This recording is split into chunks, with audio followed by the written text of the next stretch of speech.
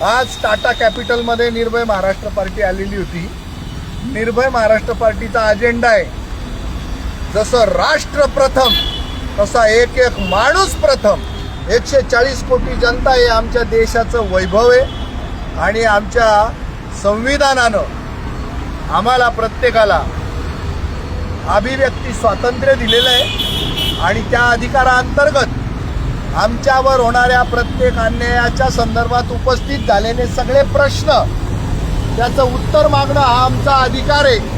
त्या अधिकारामध्ये आम्ही टाटा कॅपिटलचं भांडवलशाही वृत्तीनं चाललेलं निगरगट्टपणाचं वागणं हे आज थांबवलेलं आहे। त्यांच्या व्यवस्थापनाने आम्हाला सांगितलं आम्ही तुमच्या प्रत्येक प्रश्नाचं उत्तर देऊ। त्यांच्यावर केलेला जो अन्याय म्हणजे ते 23ला डिफॉल्टर झाले आणि 22ला त्यांच्यावर केसेस केलेले आहेत। 2022 मध्ये केसेस केलेले आहेत आणि 2023 मध्ये ते डिफॉल्टर झालेले आहेत। एवढा मोठा अत्याचार या कर्जदारावर केलेला आहे आणि मोडस ऑपरेंडी प्रत्येक खाजगी फायनान्स कंपन्यांची ठरलेली असते। कर्जदार कसा वेडा आहे, कर्जदाराला कसं समजत नाही आणि आम्हीच कसे 300 आणे 350 आणे 150 आणे आणि आम्हाला सगळं कळतं। म्हणजे गरजवंताला अक्कल नसते, ही मराठीतली जी म्हण आहे ती या खाजगी फायनान्स कंपन्यांच्या प्रत्येक कर्जदाराला लागू होते आणि इथं सुद्धा ती लागू झाली, पण ती आज आम्ही खोडून काढलेली आहे। गरजवंताला अक्कल असतेच असते आणि त्या अक्कली अंतर्गत गरजवंत हा प्रश्न विचारेल, त्याच्यावर अन्याय अत्याचार का केला त्याचं उत्तर मागेल आणि ते उत्तर मागितल्याशिवाय आणि मिळाल्याशिवाय निर्भय महाराष्ट्र पार्टी मागं हटल नसते म्हणजे नसते।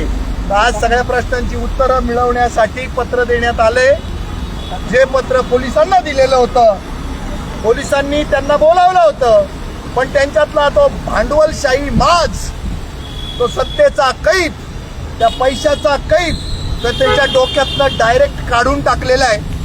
माझी सगळ्या महाराष्ट्रातील जनतेलाच नव्हे तर देशातील जनतेला विनंती आहे, खाजगी कंपन्यांचे कर्जदार होऊ नका। जे कर्जदार झाले त्यांना अजिबात जामीनदार होऊ नका। कोऑपरेटिव्ह बँका आणि पतसंस्था यांना तर जामीनदार होऊच नका, अन्यथा तुम्हाला या सगळ्या दुष्टचक्रामध्ये ते तुम्हाला अडकवणार आणि एक दिवशी स्वतःच्या हाताने तुम्हाला स्वतःला फास घेण्याची वेळ हे लोक आणणार। सावध व्हा आणि प्रत्येक अत्याचार आणि अन्यायाला उत्तर आहे। कोणीही कोणत्याही अत्याचाराच्या संदर्भात फुलस्टॉप लावून घेऊन या जगाचा निरोप घेऊ नका।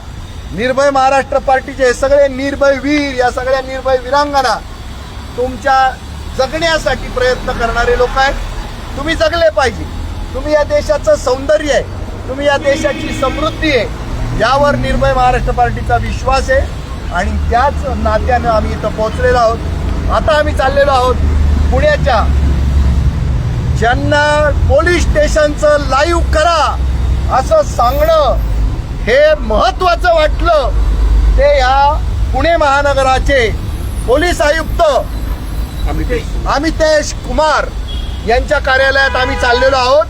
त्यांना भेटतो आहोत आणि ही तर तक्रार करतोच आहोत, प्लस शिंदे दाम्पत्य आमच्या बरोबर आहे, शिंदे दाम्पत्याची 2 मुलं आमच्या बरोबर आहेत। त्यांच्यावर ज्यांनी अन्याय अत्याचार केलाय त्या संदर्भात FIR दाखल होऊन सुद्धा आज 5 महिने सरले। त्यांच्या FIR वर जे लोक दोषी आहेत त्यांच्यावर कारवाई होत नाही, ते दोषी आरोपी समोर असतात पण त्यांना अटक होत नाही। तर या संदर्भात अमितेश कुमार साहेबांची भेट घेऊन त्या पर्टिक्युलर दोषी आरोपी लोकांना अटक करण्याचा आग्रह धरण्यासाठी निर्भय महाराष्ट्र पार्टी आता पोलीस आयुक्त अमितेश कुमार सर यांच्यात चाललेली आहे। धन्यवाद। आता उभे राहा जागेवर।